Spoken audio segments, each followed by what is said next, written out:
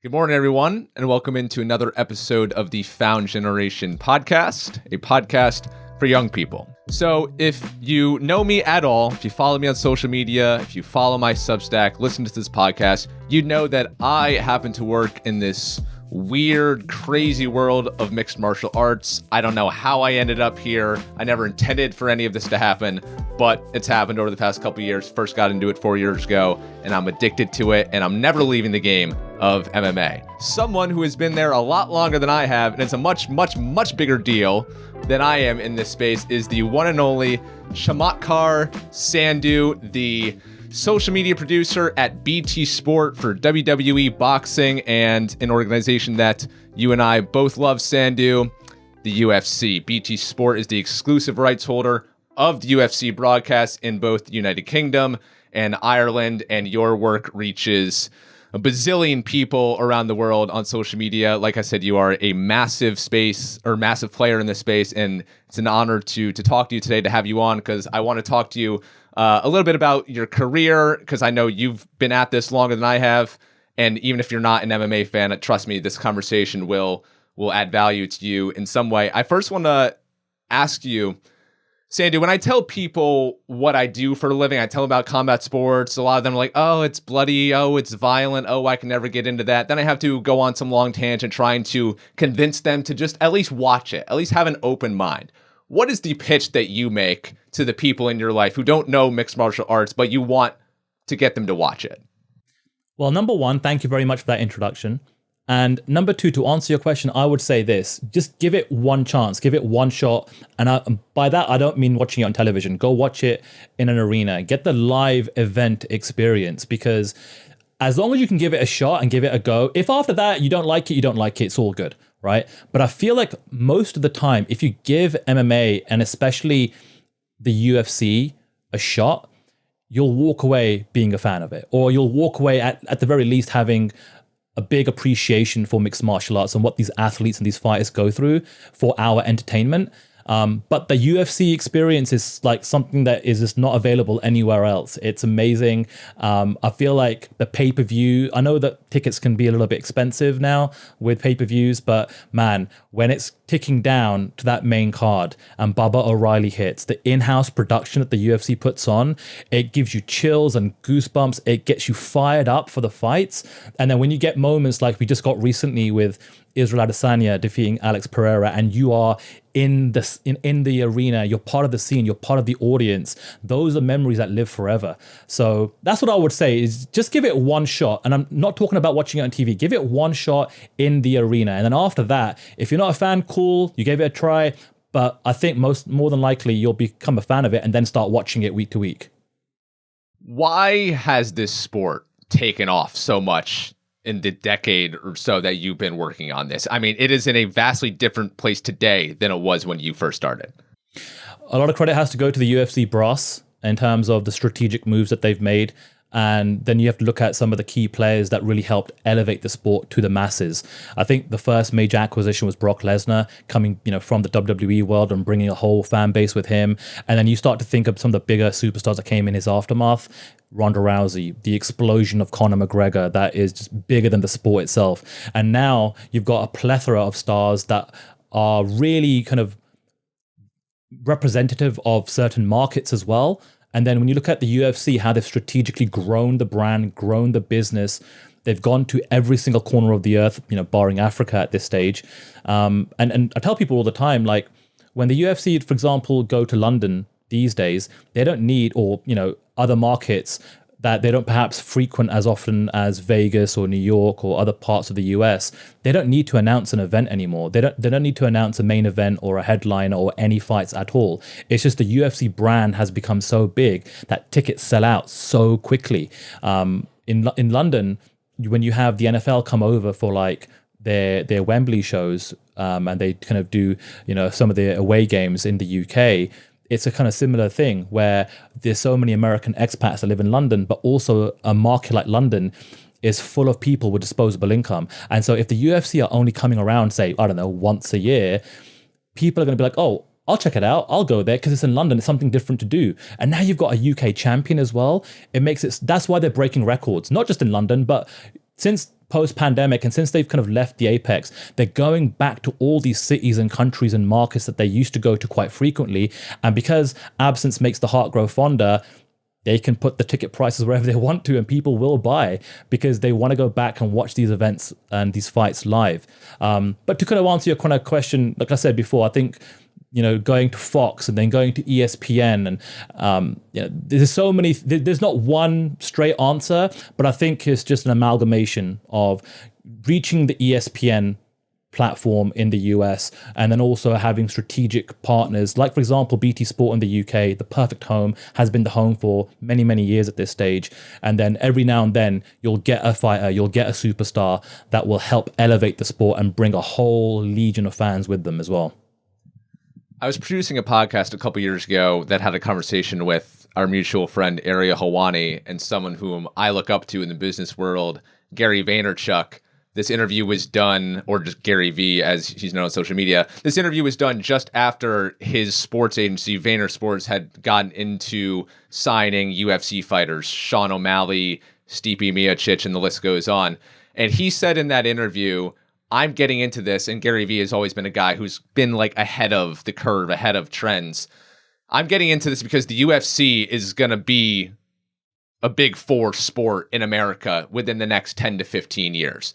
Now, you live in Toronto, but you have a great finger on the pulse of the American sports scene. Do you think that will come true? Well, Gary Vee is a smart man.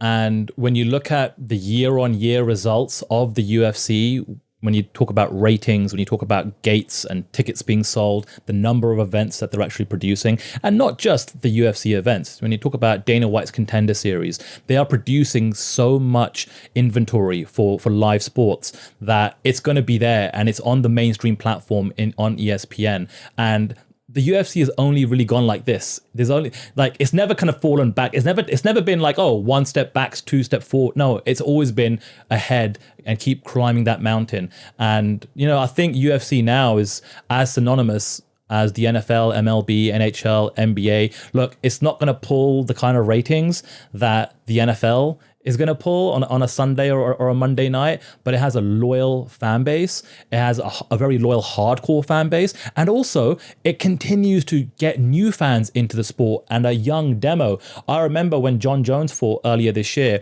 and I put a poll out on Twitter, have you seen John Jones fight live before? 35% had not seen him fight live before. And his fight previous to Cyril Gane was like 3+ years ago. Prior to that. So that just tells you, just during the pandemic, how many new fans, the influx of a new fan base coming into the sport. You all are also representative of that new wave of fans that have come in post-pandemic, or maybe through gambling, or maybe just because of the ESPN platform. It's become normalized, and that's going to continue to be the case moving forward. So I agree with Gary Vee 100%. Can I tell you why I love this sport? Hit me. I've been watching sports my whole life. I've been primarily an NFL, NBA, MLB fan my whole life. My two favorite athletes from that world are Tom Brady and LeBron James. Pretty easy, right? They've been in my life a mainstay for about 20+ years, and I still feel like I don't know that much about them. I don't know much about how they view the world. I don't know much about their thought processes or what they're like off of the field or the court. With MMA fighters, they give you a window into their minds, unlike any other athletes do. NBA, NFL, those big four athletes are trained to not say anything, to not, because they know that there's a bunch of people, writers, that will pounce on anything they say, make up a big deal, take things out of context. So they just keep it, I'm on to the next game, gonna control what I can control. Very vanilla milquetoast answers that doesn't give us a window into what these people are actually like. Fighters, they have nothing like that. They are so open with who they are and what they think. And, you'll get a lot of dicey characters. You'll get a lot of people who are out there saying what they say, and they'll turn a lot of people away because of it. But they're so open and honest. And you get into fighting. You don't really get into fighting for the most part because you want to be a fighter. It's usually like you come from a bad background, your family wanted to get you off the streets, or like, this was my only option, this was the only thing I was good at, or whatever.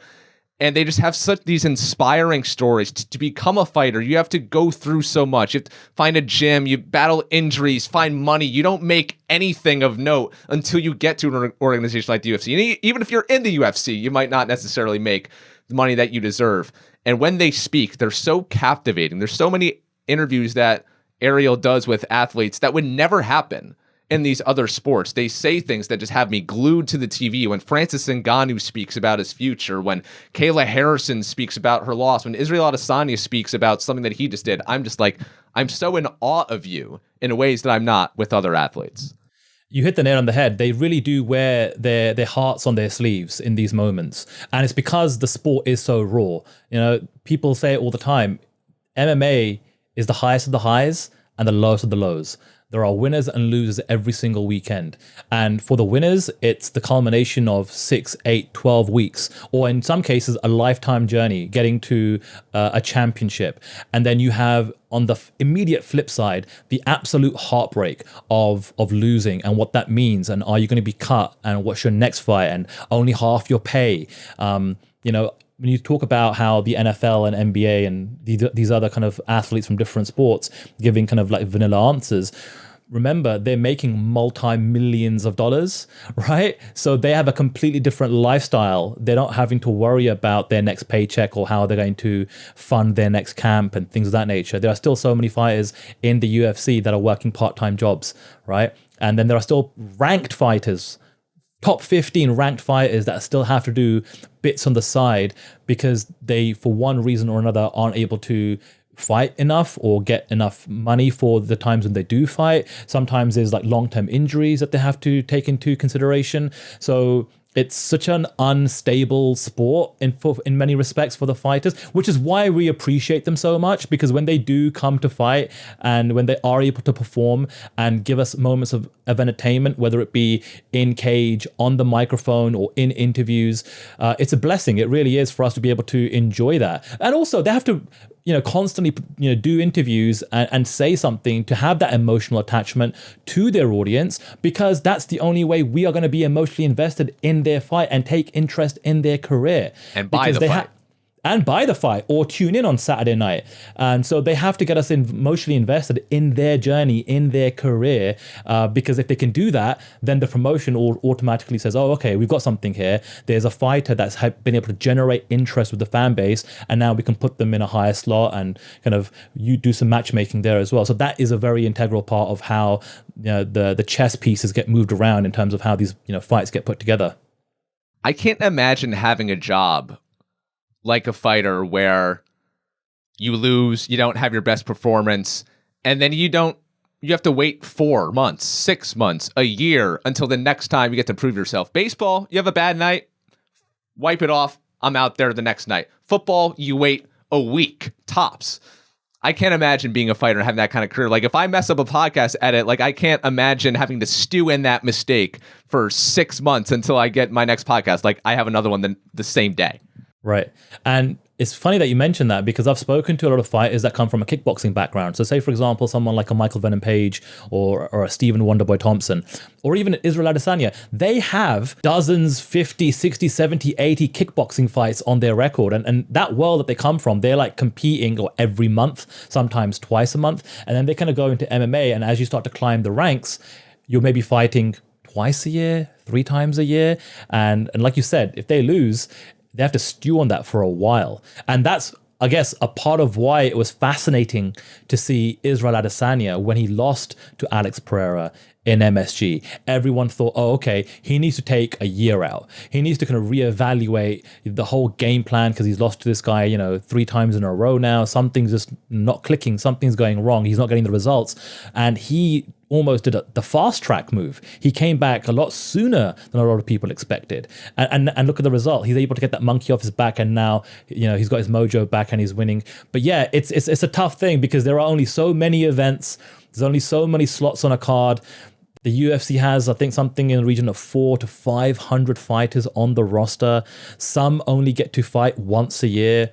It's tough out there. And that's why, going back to your previous question, why it's so important for them to kind of stay out there, whether it's be through the use of social media or interviews and things of that nature. So you yourself have been keeping yourself out there. You've got a new podcast, Smack Talk with Sandhu, a couple episodes in. Why did you decide to start this? Oh, well, I really missed this, and I missed it, but what I'm doing right now with Smack Talk with Sandhu is new. So when I was a journalist and when I was interviewing fighters, it was always 10 minutes here, 5 minutes there, 15 minutes here. It was media scrums, or it was just, you got an hour with 12 athletes and you've got to, cherry pick who you want to speak to. I never really had the opportunity to do long form conversations, long form interviews with fighters. So A, I missed that. B, I just think we're living in a world now where technology is available. When I was kind of coming up in the game, Zoom and doing things over the internet was just not a viable option. It wasn't realistic to do it. And so the only opportunities I would get to speak to fighters would be at media events or on site at a UFC event, or perhaps a special media day that the UFC or Bellator or another promotion had kind of set up for you. And so now to be living in a time where I can just reach out to a fighter and say, hey, would you like to do an interview? Hop on Zoom. And we can do it at your convenience. When do you have half an hour? When do you have an hour? It makes it so much easier to do. But more importantly, I really missed it because I've really felt like I was just starting to scratch the surface of what I wanted to do when I was a journalist. And even though I'm technically not a journalist anymore, I still really, I'm now starting to enjoy the process of having conversations and interviewing fighters, because that's something that I wanted to do, and I feel like if I've got the opportunity to do it, on social media, on my YouTube channel, with the availability of the internet and technology like Zoom, then why not? I don't want to have any regrets. When I'm 50, 60, 70 years old, I want to be like, oh, hey, I wish I would have done this, or I wish I would have done that. No, I'm going to do it. And thankfully, I'm in a position in life where I can actually carve out the time, effort, money, energy, and resources to actually do this. So the show lives on YouTube and also on all the podcast apps, Spotify. I'm a big fan of Spotify, and Apple as well. So YouTube is like a really tricky game. I feel like, it's everything that's algorithm based. In a way, I hate and love the algorithm. I hate it because you feel like you can put something out there that's really good that you're proud of, but just YouTube just won't recognize. But you also do love it for the sense that like, oh, it just this number of views I got like way outpaces my subscribers. It's crazy how this all works. How in 2023 do you approach YouTube and try to master something that's just constantly changing? That's a great question. What's funny about YouTube is where I started my career like 12 years ago. And now I'm going back onto YouTube. It's a completely different platform, a completely different beast. It has more users, which is a good thing. But you're absolutely right. And I'm lucky and very fortunate that with the experience I've had working with BT Sport and working with individuals far more experienced, far better at social media than even I am, to be able to learn from them. And one of the things I've learned a lot over the last 3 or 4 years is YouTube and the back end. And I feel like a lot of people don't understand how much work it actually takes to put into the back end of YouTube to try and generate some level of success when it comes to your videos. And I'm not just talking about thumbnails and tagging and descriptions and creating chapters. There's so much that goes into it. But ultimately, I feel like creators in any way, walk of life or in any industry, you have to try, in my opinion, removing yourself from the idea of the views and the listens and the downloads and the subscriptions. You have to be proud of your work. You have to, say to yourself, hey, you know what? I enjoy the process. Like, for example, I've just recently got back onto YouTube after a very, very long time. I don't have the most number of subscribers. And I've kind of mentally said to myself, hey, you know what? I'm going to do 100 interviews. I'm going to do 100 episodes of Smack Talk with Sandhu. Some may bang, some may flop, some may not do the kind of views that I think they're going to do. But during that process, I'm going to learn what's working and what isn't. But more importantly, I'm going to make sure I enjoy the time that I have speaking to the fighters. And then after 100 episodes, then I'll do a deep dive analysis. And then I'll look at which episodes worked really well, which ones didn't, what generated subscriptions and things like that. And then maybe I can start to take that information into a strategy moving forward. But I think a lot of YouTubers specifically always say, hey, just do 100 interviews or just do 100 videos, get your reps in, get comfortable in the type of content that you are creating, and then start looking at the analysis and then start to figure out a game plan moving forward. But you have to enjoy what you're doing. If you're not enjoying it, then it's just another chore. Then you could be doing anything, right? And I came from that world where I was, doing jobs or working for companies that felt like a chore. It was great. The money was good, but I wasn't happy. And I'm just so happy and thankful now that everything I do in my life, all the energy and time that I spend being productive has something to do with what I like or have a passion for or an interest in. And that's a blessing in disguise for me. When you were working for companies like that, where it wasn't as fun, but you were making good money, how do you decide to stop working for a company that doesn't necessarily, bring you so much joy, but the money's good? One of the most difficult decisions I've ever had to make in my life, because in my 20s, I was working for, one or two companies and in sales, corporate events, in sponsorship. I was earning really good money. I was traveling a lot. And I always said to myself, if I was ever going to go all in on MMA, it had to be a situation where I was able to generate enough money to take care of myself and my family, and I can't sacrifice that. If I was 18, 19, 20, no problem. I can take a spin at this, but I was just in a position where I had some serious responsibilities and I couldn't just say goodbye to the corporate sales job. So for the longest time, I was actually juggling both lives. Like I would be working for this company 9 to 5, and then on my lunch break, evenings, weekends, I'm just slowly starting to kind of climb the ladder and try and get into the business in MMA media. And that at times was, kind of like burning the candle at both ends. I had to make some sacrifices from a social perspective in terms of hanging out with, friends on a Saturday night because I wanted to stay in and cover a UFC event. But ultimately, that's what led me to the position I am in today. So in hindsight, it worked out, but everyone goes through a different journey, and breaking into this business is extremely hard and difficult and challenging. And it's, I think, even harder these days than it was 10 years ago for me, because like so many spots have been taken in so many sectors of the biz. But for me, it was a situation where when I knew I could make enough money to say goodbye to the sales job, that's when I was able to make the flip and make the switch.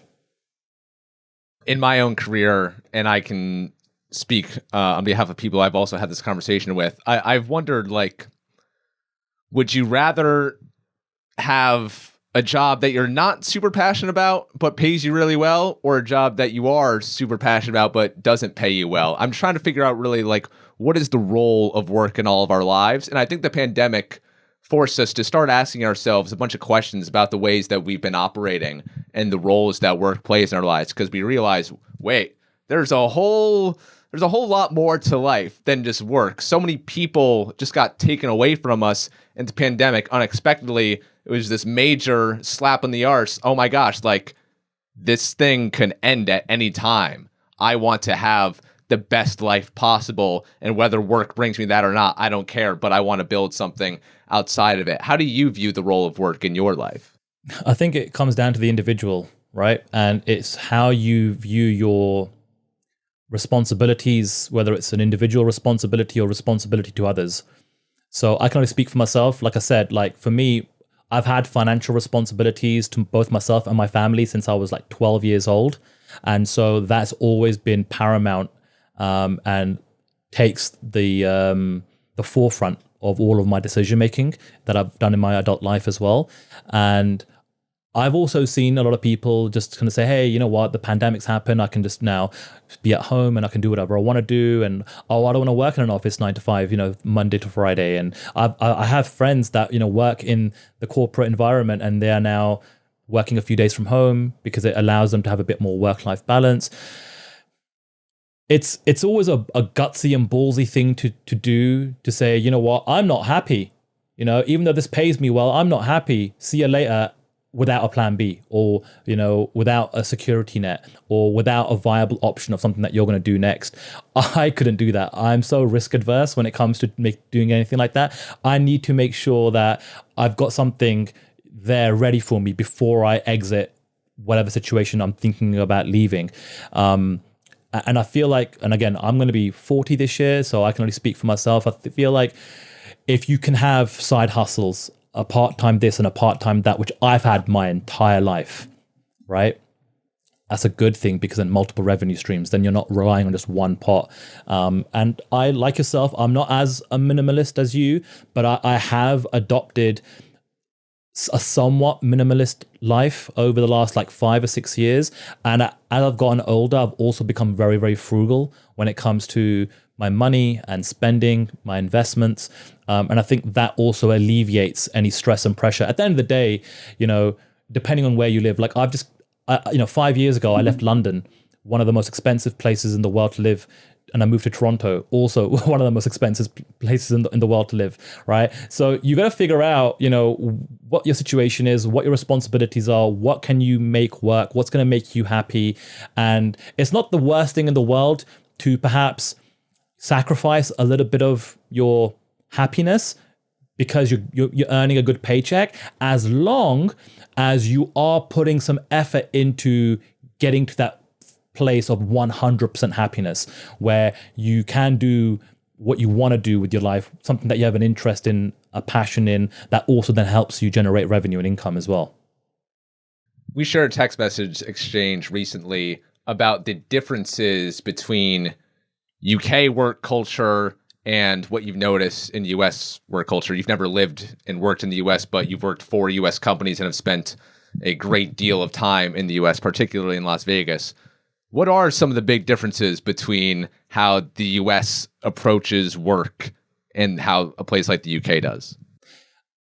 Based on my experience, I just feel like with Brits, there's just no nonsense and there's no bullshit. Everyone kind of just gets along with it and there's no work face. You know, people are who they are and there's a lot more time spent socializing with your colleagues. Can you explain what work face is?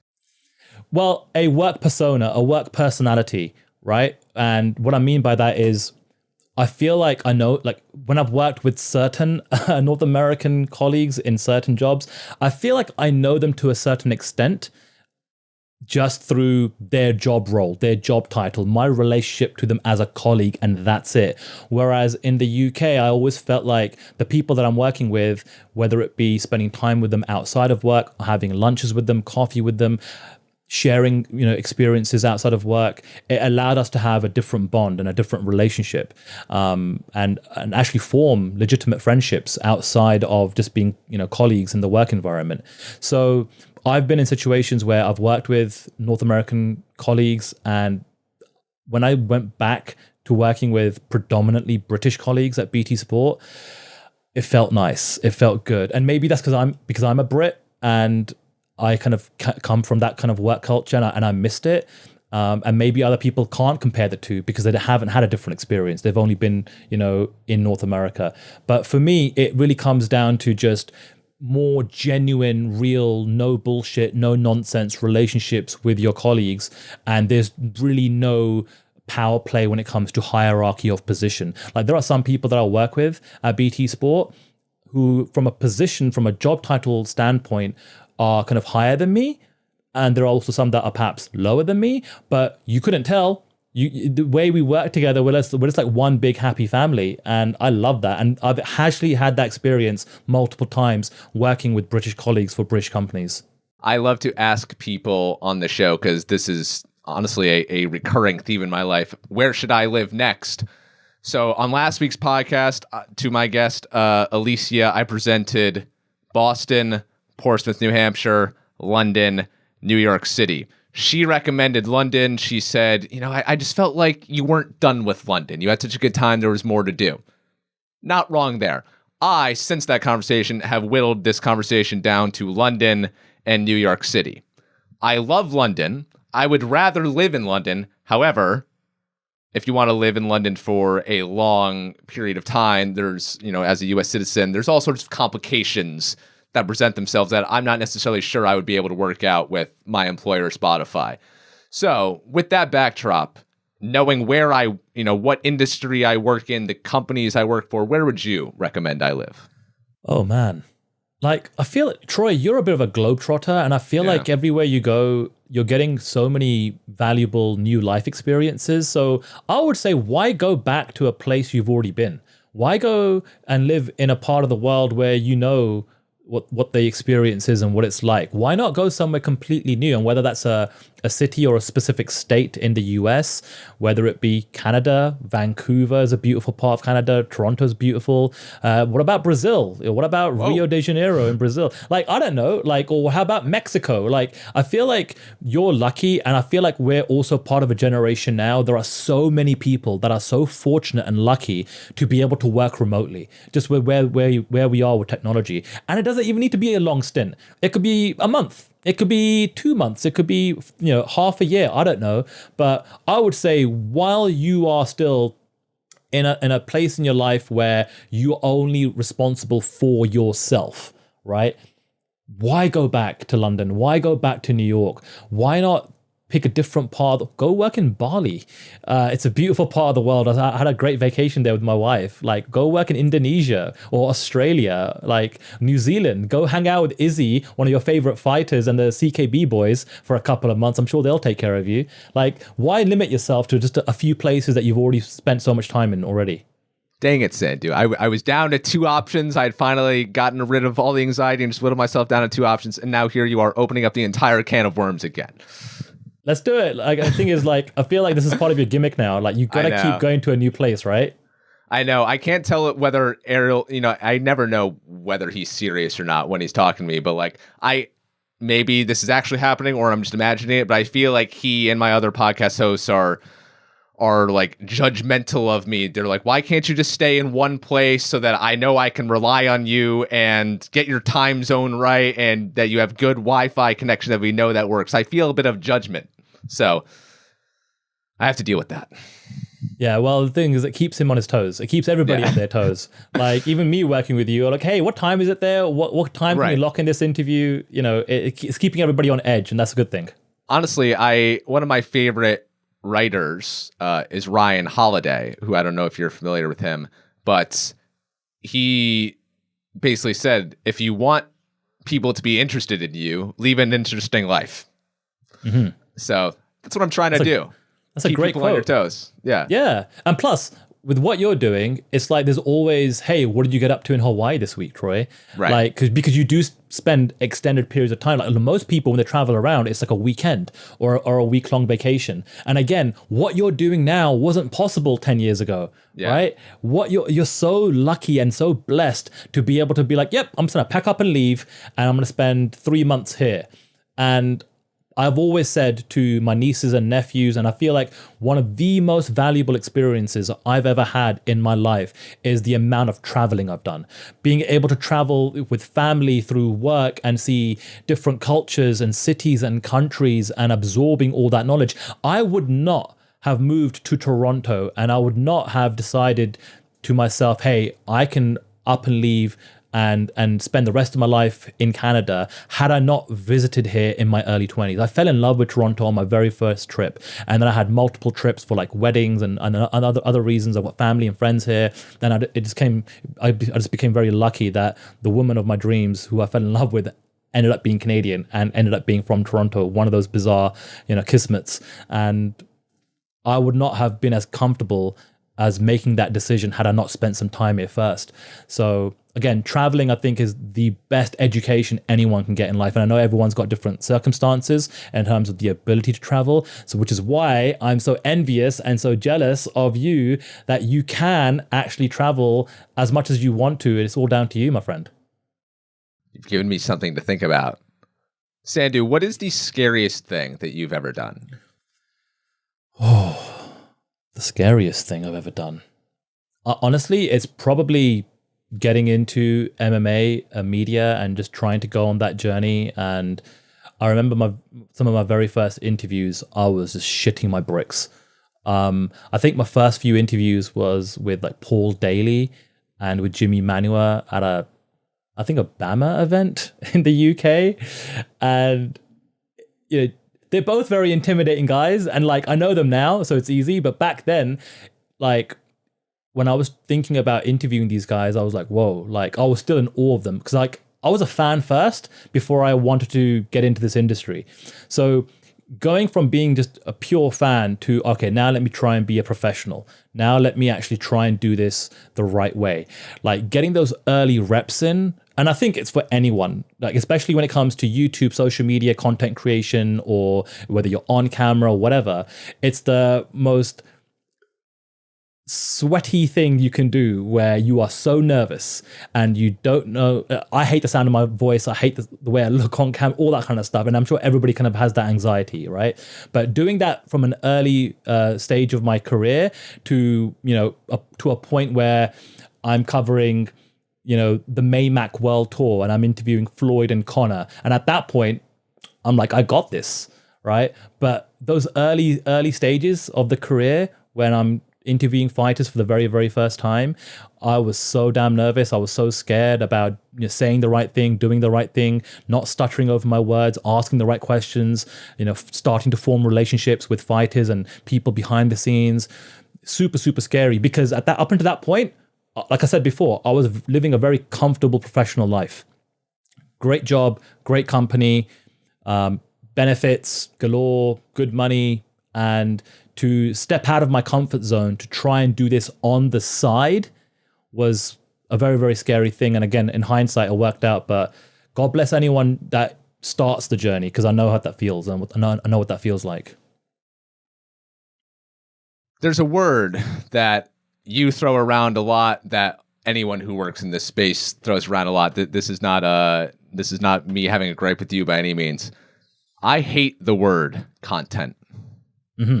Do you want to know why I hate the word content? Tell me why. It feels very ununique. It feels, everyone's creating content. I've always been a person who like zigs and when other people zag or whatever the phrase is. Like I like doing the different thing. I don't like my podcast, my Substack writing, my work. I don't like calling it content. I know that's what it's labeled as in this space, but that just seems like just another thing that's being thrown into the algorithmic abyss along with all of the other stuff, many of which is hot garbage. I don't like associating my work that I put a lot of time, thought, energy, a lot of honesty and openness into. What I like to call it is art. I mean, this is art to me. This is, people sometimes criticize me for like in my writing or on shows being too honest, showing too much of myself, wearing my heart on my sleeve like the fighters do. There's some things that you should keep to yourself. There's some things that you should keep hidden. You don't need to say everything. But in my eyes, if I'm not saying what's on my mind, then I'm not being me. I'm not being authentic. And if I'm not being authentic, then why am I doing this? Then I'm just putting on an act. So I grew up, as an art fan. Vincent van Gogh is my favorite artist. And the thing that I admire most about him as a painter is he paints a scene, whether it's a self-portrait, a landscape, the stars in the sky, and it is a reflection of how he's feeling emotionally. Now, it's very open to interpretation, whereas maybe the stuff I do is more black and white. But I like just putting your own stuff out there for other people to view it. And that feels very artistic for me. So that's why I don't like this word content. And I'm very strategic in my use of that word. I love the fact that that's your mindset. I wish that I had that same mindset, that I can think of, for lack of a better word, the content that I produce as art. I think the word content is, when I use it very broadly. Like, for example, we work together on a podcast, on a show. It's a weekly episodic series that we're working on together. And yeah, when I describe it, I'm not really describing that specifically as content, but I feel like when people ask me, what do? I'm like, well, I wear a few different hats. I work social media for BT Sport, and then I'm also creating content on my own platforms. But when you get into the minutiae of it, what kind of content are you creating? Oh, I'm creating assets for Instagram or for Twitter, or I'm creating long form episodic, shows on YouTube and Spotify. So I think once you get into the more nitty gritty of a conversation, that's when I can be a little bit more loose with how I'm describing things. But when I use content, it's very much a broad term. Gotcha. Yeah, no, that's a really good way to explain it. Thank you so much for your time. I've got one more thing for you. I'm developing this new segment. I call it the Bit for Social. And so we're going to do something called word association. Okay, so okay. I say something, you say the first thing that instantly comes to your mind, okay? You got it, Troy. I wonder where you came up with that idea. Yeah, I don't know. It's very original. Jake Paul versus Nate Diaz. Nate Diaz. UFC. Best in class in MMA. Poutine. Not feeling it. London. The greatest city in the world. Smack Talk. With Sandhu. Sandhu, thank you so much for joining me today. I will hopefully see you soon at International Fight Week. I don't know what your plans are, but thank you for joining me, for being so open and honest, and for creating great content over on your YouTube channel. I can't wait to follow along with your journey and do more stuff with you. I really hope to see you at International Fight Week. And if I do, that'll almost be the 1-year anniversary of us meeting at International Fight Week 2022, when we first struck up the conversation about potentially working together. And I love working with you. You're a fantastic pro, but I always say to you, we are friends first before we are colleagues and collaborators on our show and the podcast. And I'm just blessed to be working with such an incredible artist like yourself.